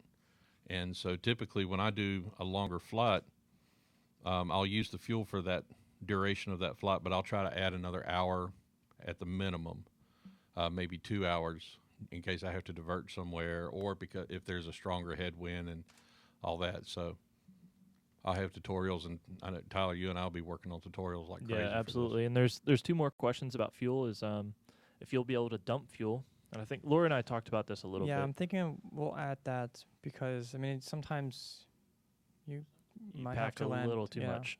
I might have to add that button somewhere. Yeah. And then also emergencies. So we talked about what that magic number would be for minimum fuel versus emergency fuel, and I think we determined 20 minutes, maybe. Like 20 minutes of fuel remaining would be considered minimum fuel, and then 15 minutes would be emergency fuel. Yeah, something like that. But you can't send the message unless you have flown for an hour. Exactly. So because we've been trained for trolls. Right. So that people don't depart and 2 minutes later they're requesting emergency landing with ATC and trying to cut the line. So we've tried to thought about ways to make this fair. And ATC, I won't have the data shown probably for V1, but the fuel status is sent to ATC. So if you're lying, they will know. Exactly. That's why we have 2 protections. One, the message won't be available if you haven't flown for an hour. And even if you've flown for an hour and you're lying about it, they will know. Mm-hmm. Yeah, the fuel dump would be great for people like Joshua Smythley who can't land an airplane, who can actually still screw up an auto land. Josh always and gets if the his shout airplane out. is too heavy, Josh is always in every he's episode. but if he can't do the auto land because his airplane's too heavy, then maybe the fuel dump might help him to be able to use the auto land. Yeah, and we just mentioned it. Ivo's asking if we can land and refuel, or if we have to start a new session. Overspeed. So currently, you you can can actually land. land at a new airport. So if let's say you're going from Atlanta to San Francisco and you don't have enough fuel, you can stop halfway, set your parking brakes on the ramp, add more fuel, and then continue on with your route. And the operative word is on the ramp. On the Get ramp. off Don't the do it on runway. the runway, please. Overspeed from the forum asked that question too, so I want to give him a shout out, or her. Yep.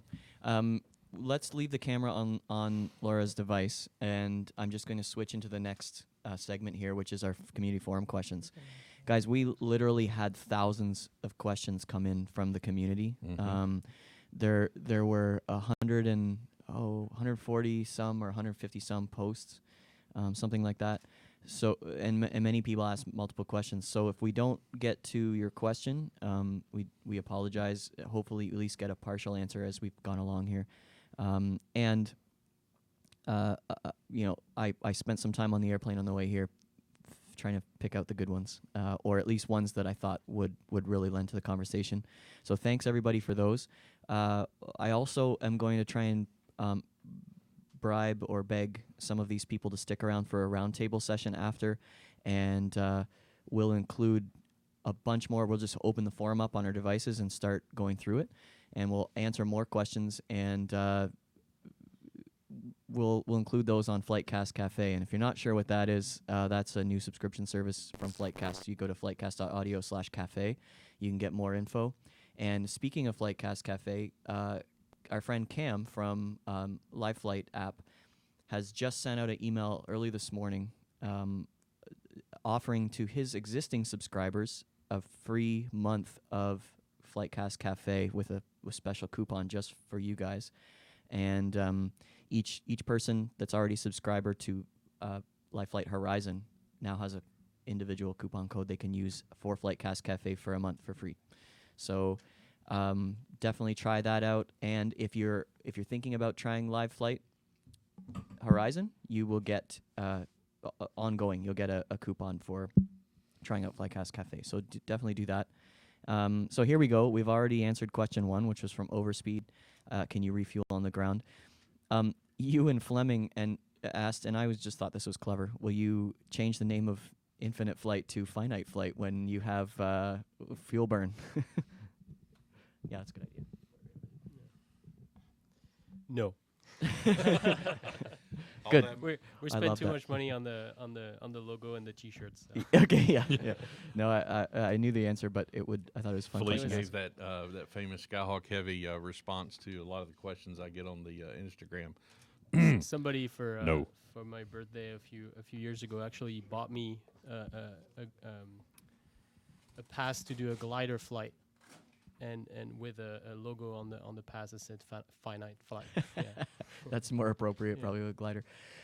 For the developers, David Harper's wondering what types of server, and Laura, this might be for you, or also all of you. What types of servers or hardware config does Infinite Flight use, to the extent that you feel like you can answer? I'll start here.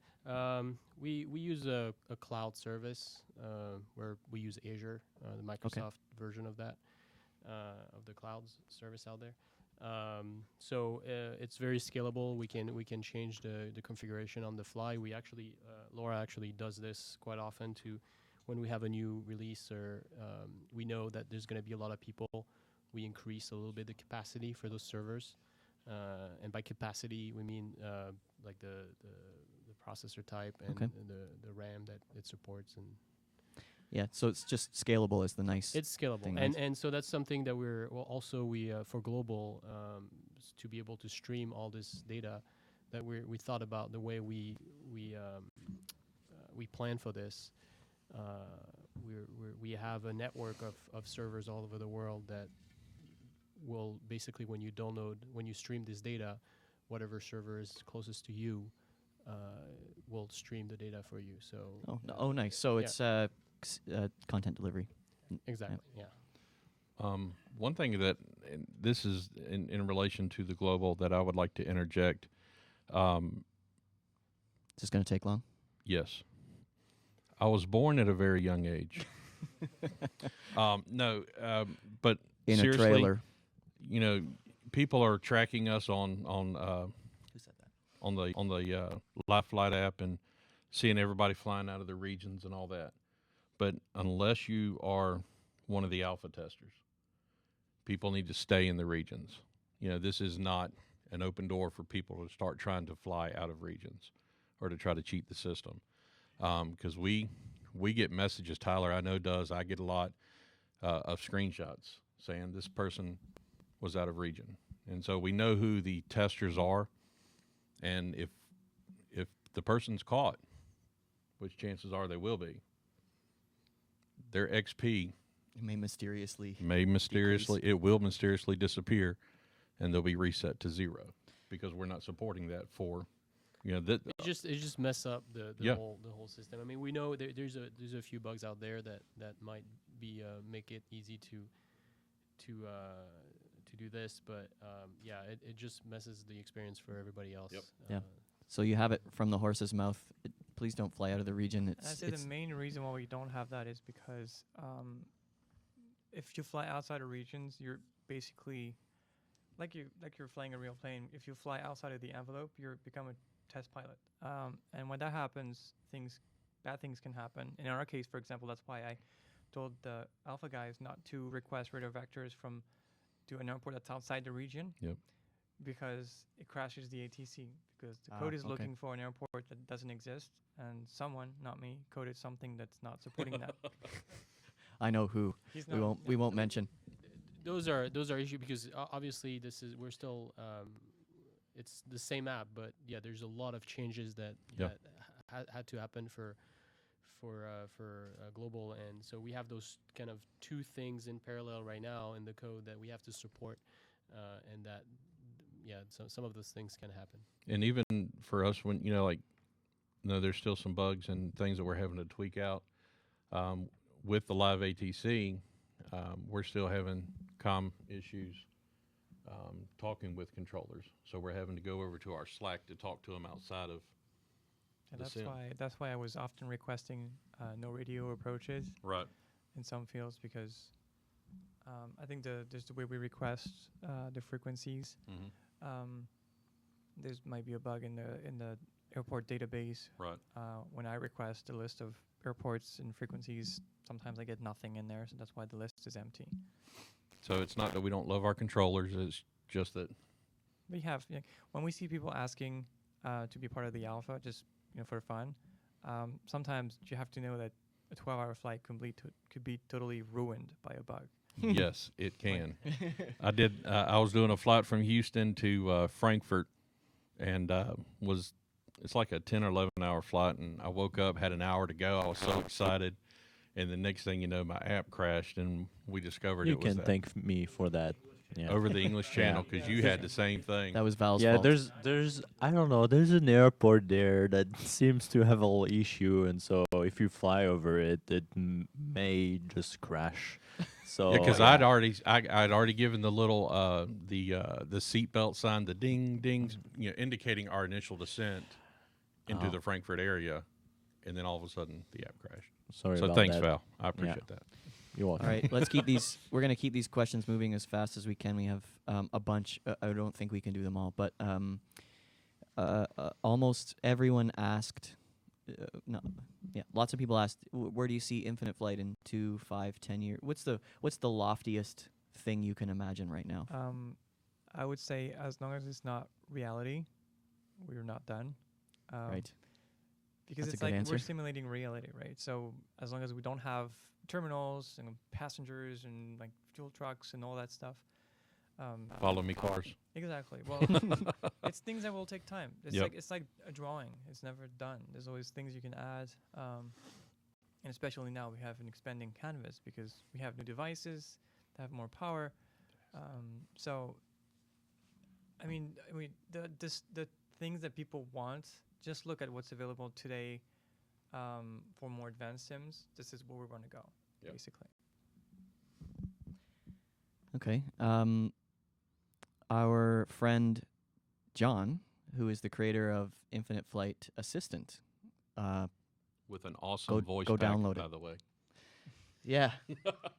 So Infinite Flight Assistant is a Infinite Flight companion app, much like Cam's app that we often plug on FlightCast Live Flight. So it works in conjunction, and it does things that Infinite Flight doesn't do yet, like train warnings, audible train warnings. Mark's voice will tell you in a redneck accent that you should watch your speed. Mm-hmm. And there's a couple different voices now in the app. Very, very cool. Anyway, that's our plug for In-Flight Assistant. And John's asking, what is your dream third-party app? Something that you're not likely to implement yourselves and that you'd love if someone made. And he says, asking for a friend. I've actually talked to a few of the developers about that. I have left a list on the developer community forum. There's a list of things that I would like to see. And one I think would be really useful for the community is a VA app. So basically having two parts. One is a website where you can create a VA, have users join and just manage the VAs and the pilots. And another part would be sort of like in-flight assistant, but or what you can have on PC right now with Squawkbox, all these things they use for VATSIM, sort of like a flight monitoring or flight analyzer that would send the data back to the main server.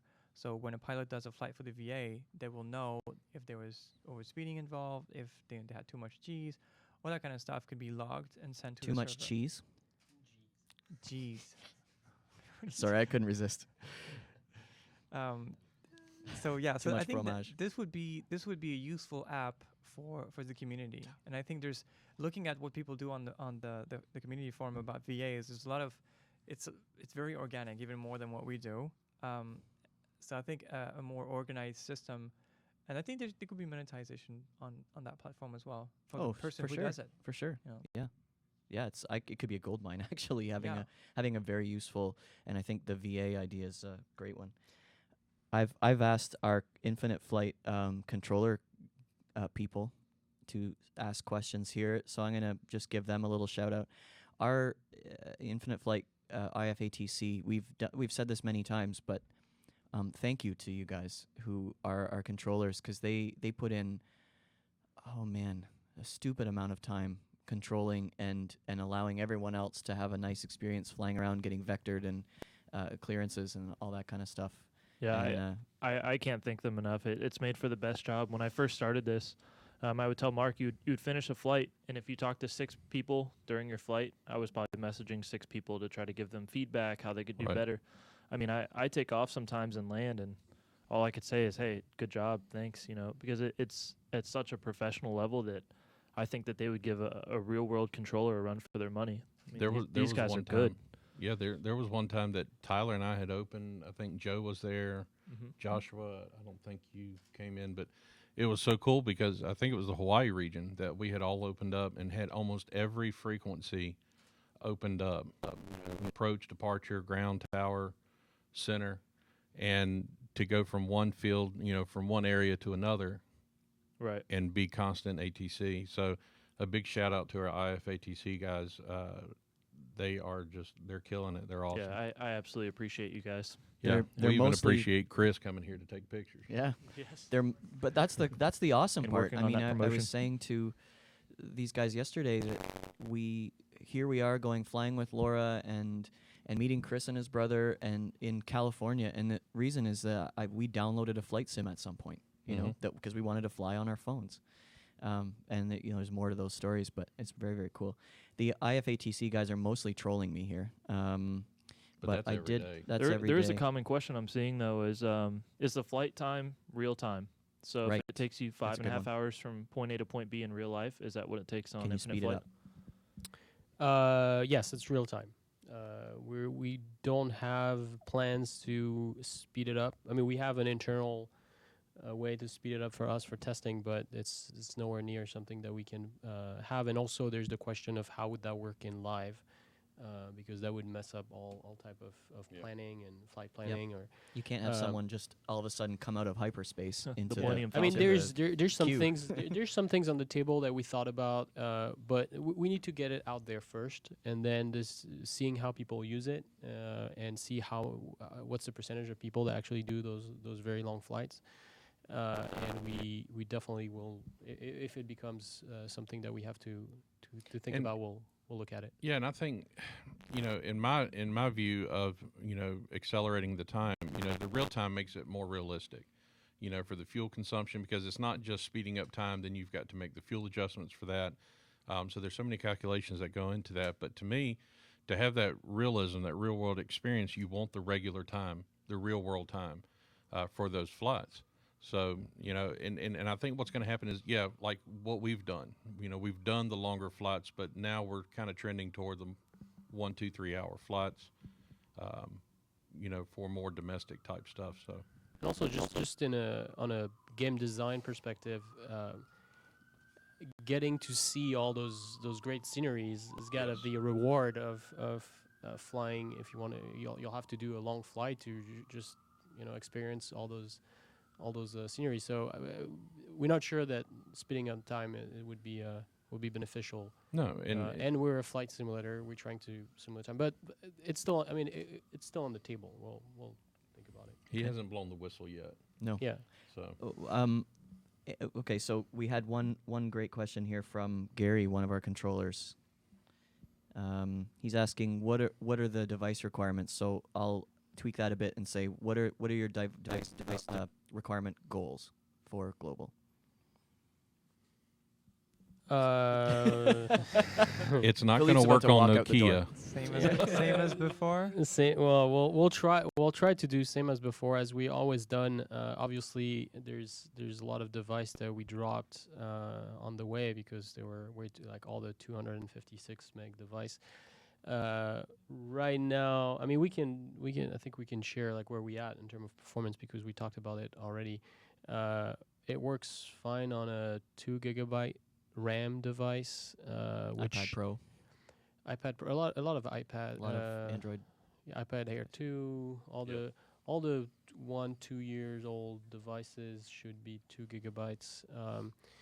The 1 gigabyte device, so iPad Air 1 and below, we're working on that right now. It will work on those. Okay. The 512, that's pushing it a little bit, but we'll try to. Also, there's a problem of performance because we'll have different modes in terms of for the how the atmosphere like renders, and it should work okay on low settings. So the low settings are not as nice as what you guys saw, but they it still look good though. It still looks good. It still looks better than before, and you still have the starlight imagery and all this, but it doesn't simulate the light and the nice sunset and all this the same way as you can see on the stream. And there's things that people can do locally, on their device. Like when I'm doing a long flight, and 4, 5, 6 hours, I'll dim the screen on my phone. So therefore, just for for battery life. purposes. Yeah, for and stuff. battery life. I mean, this is an ongoing concern, and this is something that we can't really plan. There's so many devices out there that we'll have to look at, and I'm sure there'll be a lot of hair pulling along the way. Yep. But yeah, we'll as we always say. I mean, we're organically kind of fix all those issues as we go. Yeah, cool. Let's we're gonna speed the last part of this up. Let's see. Okay, so Joe wants to know, Laura, you, Tyler, Mark, and Jason are in a sinking ship. You can only save one. Who do you choose? You're in this ship too, by the way. So who's on the ship again? You, Okay. Tyler, Mark, and me. Can we use Mark as a flotation device? In the unlikely event of an emergency, my body has been designed as a flotation device. Yeah. Yes, I love that. Awesome. You don't even need to continue. That was perfect.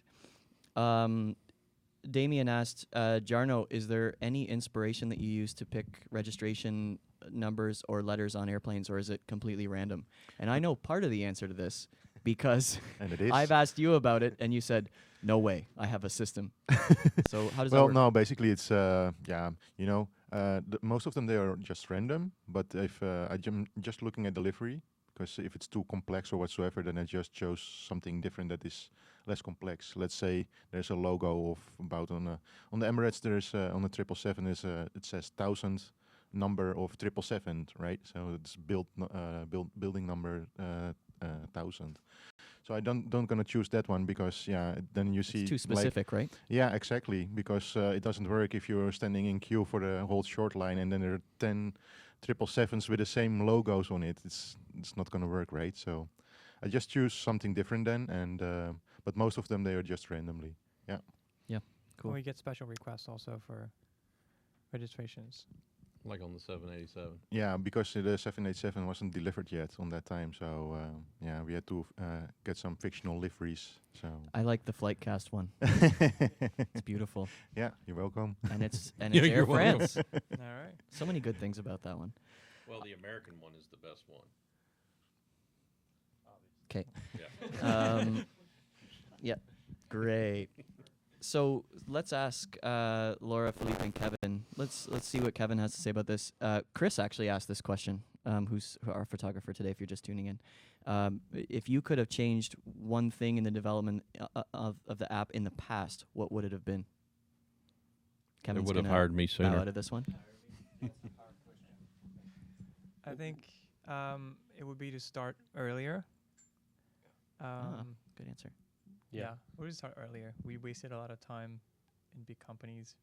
Yeah. No, I mean, I would say It was useful. You gained but some we valuable started, life yeah, experience. the value. We started also when we started. We actually started trying to make a desktop flight simulator. I mean, for very short time, and realized that it's too much to start there, and there is way too much competition, and they're good. So yeah, I don't know. No, I can't pinpoint something that we should have done differently. Hired we me we made a sooner. lot Yeah. of mistakes, and but we Yeah. we learn from them. So I think it's important to make those mistakes. Good answer. Rodney Buckland asked one that made me laugh. When you make frozen taquitos, do you microwave them or do you bake them in the oven? Let Tyler answer. Tyler and Val are going to take this one. I don't even know what is frozen What a taquito taquito is. So I I don't It's know got either. meat in You it. don't go to Costco. let's go. I It's the guess best let's thing try over it. I mean, Tyler, how do you make your taquitos? You have to bake them. That's offensive if you put those in the microwave. Come on. Isn't it offensive if you're eating a frozen taquito in the first place? You gotta. No, they're good if they're in the oven. Okay. They're Yeah, but soggy when in you the pick one microwave. up at the gas station, you have to put it in the gas station microwave. They don't have an oven. Oh, I'm not living that low. Okay, here's one. Canned Aviation on the forum asked a good one. If you're flying live, he noticed that other users' aircraft quality is set to low, so or lower. When Global comes, will there be a setting to allow you to see other people's aircraft in higher quality? That's on PC. It is enabled for testing because it looks nice. Yep. But the issue is performance. Yeah. This adds a lot of texture memory. So yeah. Yeah, it's a memory, a RAM memory problem. So again, the 2 gigabytes or 1 gigabytes that I mentioned earlier. We have some ideas of how to fix it. I mean, we spent a lot of time with Jarno actually trying to optimize the textures and how we, because people want to see the registration numbers, and those take a lot of space for not much on the like visually, like they're pretty small. But if you get close, you want to be able to read it. So those are a problem when you start having. It requires us to have big textures. The problem is when you have many airplanes, well, you have to have big texture for all the Right. planes. If they all use the same livery at the same time, it's okay. But often it's different liveries, and all those textures at the same time on the device is just going to crash. And this is why we're not showing those Okay. for now. We have some ideas Yeah, of how to. Maybe in the future. And I'll just say, Not with Global. I don't. If you want to give the number, you can. But plus, on top of that, with the quality of the terrain now with Global is just huge. I said the other day, this is awesome being able to fly at all these airports, and then you gave the number of memory or how much you were like, this is X. Yeah, we use the data for imagery is like 1.2 or 3 terabyte of data that we need that we that you've process. compiled. Yeah. Yeah, that it's uncompressed. Yeah. So Okay. then it's Wow. But that's huge. Yeah. That is huge. Ludon16 asked, Jason, one for you. I'll ask this one since it's for you. Okay. Jason, Ludon16 asked, what was your first impression when you pressed fly and spawned into Global Flight? My first reaction was, I need a new tablet. It immediately crashed, and then I adjusted some settings, and it crashed again. We've been talking. It's just a memory issue. It's an older device, so it's just on the brink of being able to handle it. And and there's lots of work to go there. So that's RAM, that's memory, right? So Las Vegas was also asking, Infinite Flight right now, he said, is 1.59 gigabytes on my iPad. So that's disk space now we're talking about. So approximately how many gigs will it be for Global? Because I know you're streaming stuff as you fly, right? So Yeah, so what takes a lot of space is the aircraft with all deliveries. So if you have all the aircraft downloaded... that's Jarno's fault.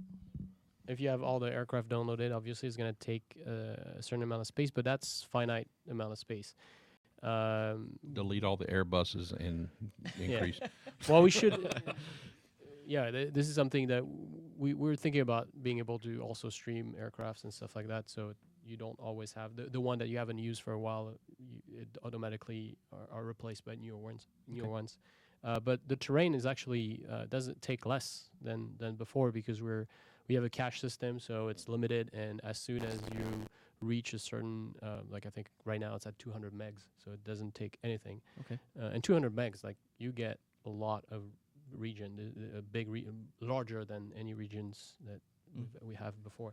And as soon as you pass that cap, then it automatically delete the old ones and replace with new regions that you're new terrain that you're visiting. Okay. This is something that we might allow people to change to, so they can cache more.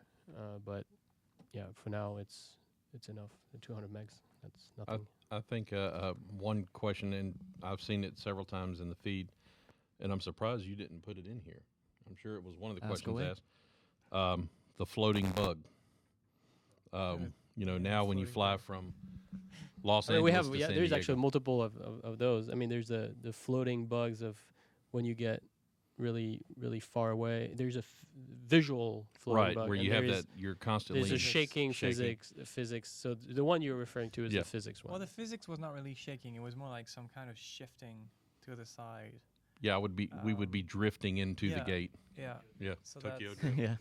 Yeah. I got really good That's at gone parking on the line, accounting for the drift. So that was their early on decision, that the way we created our world, where we were not really smart about it and didn't plan on having such regions at first. Because the first region was only San Francisco, which is the smallest region we have. I mean, don't get me early wrong, it's pretty cool parking with a crab angle. Yeah. I mean, that's fun. Crabbing into the gate. For the early followers, they might remember me posting on Twitter a long time ago. I had generated a region from, I think, New York to Paris on PC, because I could load everything. I could load everything at once. And I had done a JFK to Charles de Gaulle with that system, where I was just resetting the origin of the physics engine. But it was a total hack. It was using, like, I don't know, a gig of memory to load everything at once. So it was not a viable system, but it was a good test to see if we could reset the origin of the physics world. And that part actually is, I worked on it about a year ago when Philippe had first kind of pushed the planet to all of us. And it's really like, if you don't work on it for a little bit, when you come back to it, it's just, there's a lot of transformation of matrices between the worlds, and it's just, it hurts your brain. So in a few sentences, is the floating point bug gone? Yes, It's fixed. it's Yeah. fixed. It's It is. one Yes, word. gone It's fixed. forever. Gone. It's not floating anymore. Yeah. Yes, it's I knew fixed, it yeah. was, but I wanted them to answer that. Yes. Yeah. No, I appreciate that. That's Yeah. good. Any burning questions or comments that you guys want to, questions to answer, comments you want to give before we wrap things up today? No? Val wants to add something. No, I was gonna do a crappy joke. Please help me. Mark is scaring me. I just met him now, and thanks. Thanks for having us. It's my first FlightCast, and I really liked it. So thank you for having me. Thank you for being here. Yeah, That's thanks. awesome. You have permission to have Val again. Okay. We have permission to have Jarno again sometime? Yeah. Okay. Kevin's really dying to do one on his own. Yeah. He I wants think like Kevin wants his own episode. He's just going to... Kevin's throw been up. anxious about this FlightCast for months now. Well, Kevin, I appreciate you being here. Thank you. Thank you. Merci. Merci beaucoup. And for everyone listening, thank you so much for tuning in. Don't forget to check out FlightCast Cafe for bonus content from our time in San Francisco. We've got, again, with flights around the Bay Area, and which we went live a few times, but we'll have some cockpit audio and your typical in-flight videos, and we've got a little interview with Chris coming up, and those are for FlightCast Cafe subscribers. So, ladies and gentlemen, I want to thank all of you for being here today. It's been awesome and tons of fun. It's been so fun to plan, and I'm happy to be here in California. It's awesome. And it was supposed to rain today, and look at it. Yeah, The thanks sun for is shining. organizing all this. It's just wonderful. Hi, mommy. Awesome. This is why we never bring you out in public. Yeah. So huge thanks to Flying Development Studio and for having FlightCast on the West Coast. Guys, that's our show, and thank you to all of our viewers today, especially all of you who were able to get questions in. And guys, please don't forget to give this a thumbs up on the YouTube page. If you love this show and want more content from our trip to San Francisco, head to flightcast.audio/cafe and learn how you can benefit from a FlightCast Cafe membership. Thanks as always for listening. If you haven't already, head over to the App Store or Google Play and download Infinite Flight. For more of the podcast, visit our website and be sure to subscribe on iTunes or YouTube. You can find us on Facebook, Twitter, YouTube, and Instagram at FlightCast Audio. This episode of FlightCast is brought to you by Flying Development Studio and Linkhouse Media on the web at linkhousemedia.com.